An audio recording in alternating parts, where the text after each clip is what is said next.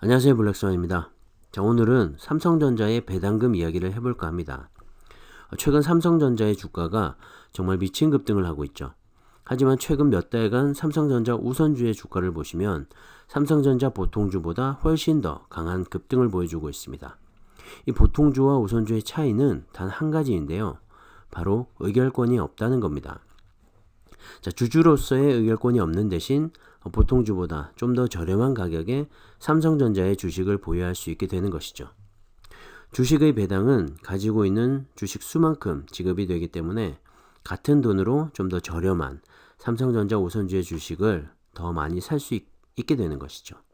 그렇기 때문에 배당에 있어서는 보통주보다 우선주가 유리합니다. 사실 저도 우선주만 모으고 있는데요. 개인적으로 의결권을 행사할 일도 없기 때문에 배당금이 좀 더 나오는 우선주를 모으고 있습니다. 하지만 최근에는 이 삼성전자 우선주의 상승률이 보통주를 훨씬 앞지르고 있는데요. 보통주와의 괴리율, 즉 보통주와 우선주의 가격 차이를 보시더라도 2018년 5월 액면 분할 당시에 20.91%에서 지난 5일 기준으로 5.83%까지 줄어들었습니다. 자, 그 말은 삼성전자의 보통주가 오른 것보다 최소 15%는 더 올랐다는 말이죠. 자, 그렇게 된 데는 분명히 이유가 있는데 물론 최근 개인들의 매수세가 강하긴 합니다. 장기 투자의 관점에서 매수하시는 분들도 많이 계시죠. 하지만 바로 내년 초에 예상되는 특별 배당금의 이유가 가장 클 겁니다.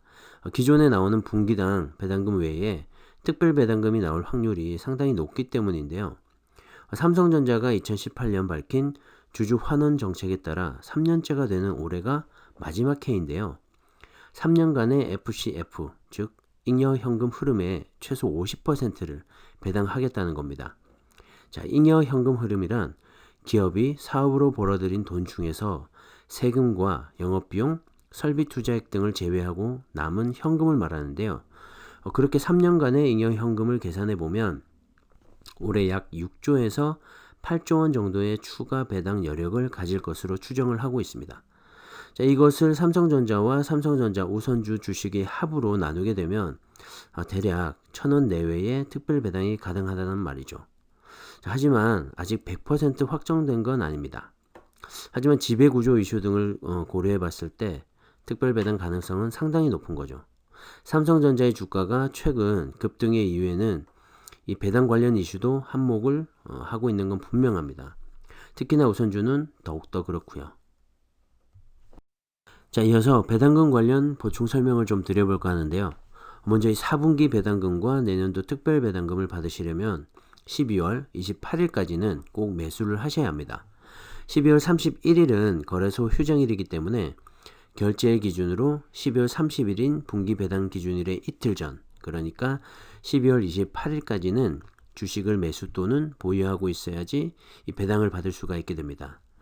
1년 동안 쭉 보유하고 있다가도 27일 매도해 버리게 된다면 배당금을 받을 수 없게 되죠. 그리고 1년 동안 한 주도 보유하고 있지 않더라도 12월 28일 날 매수를 하게 되면 배당을 받을 수 있게 됩니다. 이 점을 잘 유의하셔서 매수하시길 바랍니다.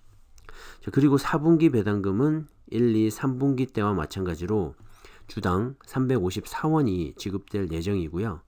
가지고 있는 주식수의 354원을 곱하면 각자의 4분기 배당금이 얼마 정도인지 알 수가 있겠죠.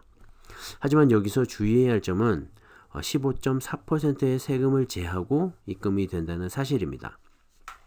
자, 그런데 이 세금을 제하더라도 약 3% 정도의 배당 수익이 발생하죠. 그런데 최근에 은행 이자는 어떤가요? 1% 전후 아닌가요? 자, 아직도 은행에 돈을 묻어두고 계시면 안 됩니다.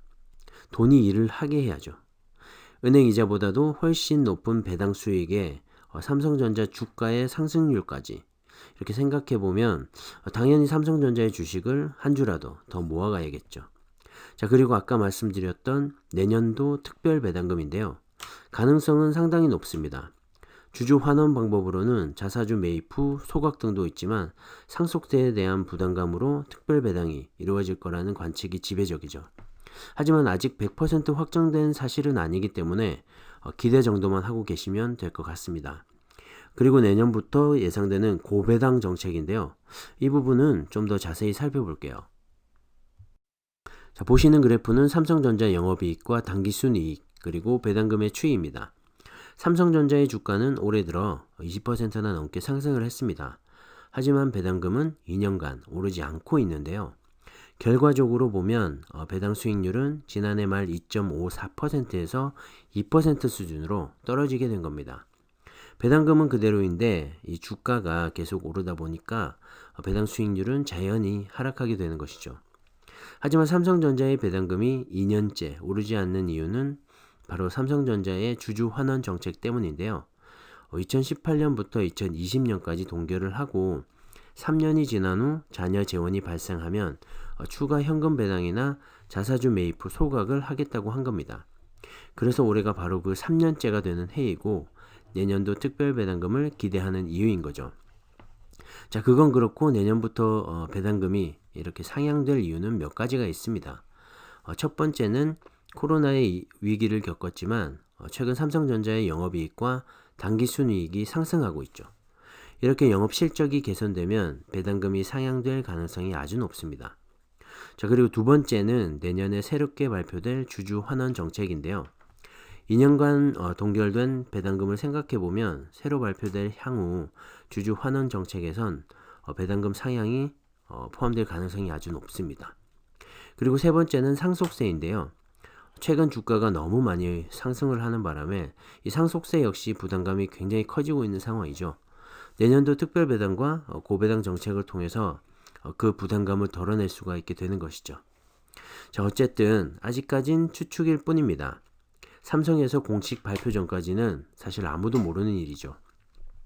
하지만 개인적으로는 삼성전자의 주주로서 즐거운 상상입니다. 자, 이렇게 삼성전자의 배당에 대해서 살펴봤는데요. 배당뿐만 아니라 최근 삼성에는 호재 투성이입니다. 어쨌든 각자 신중하게 잘 판단하셔서 결정하시길 바라겠습니다. 자, 오늘은 여기까지 할게요. 감사합니다.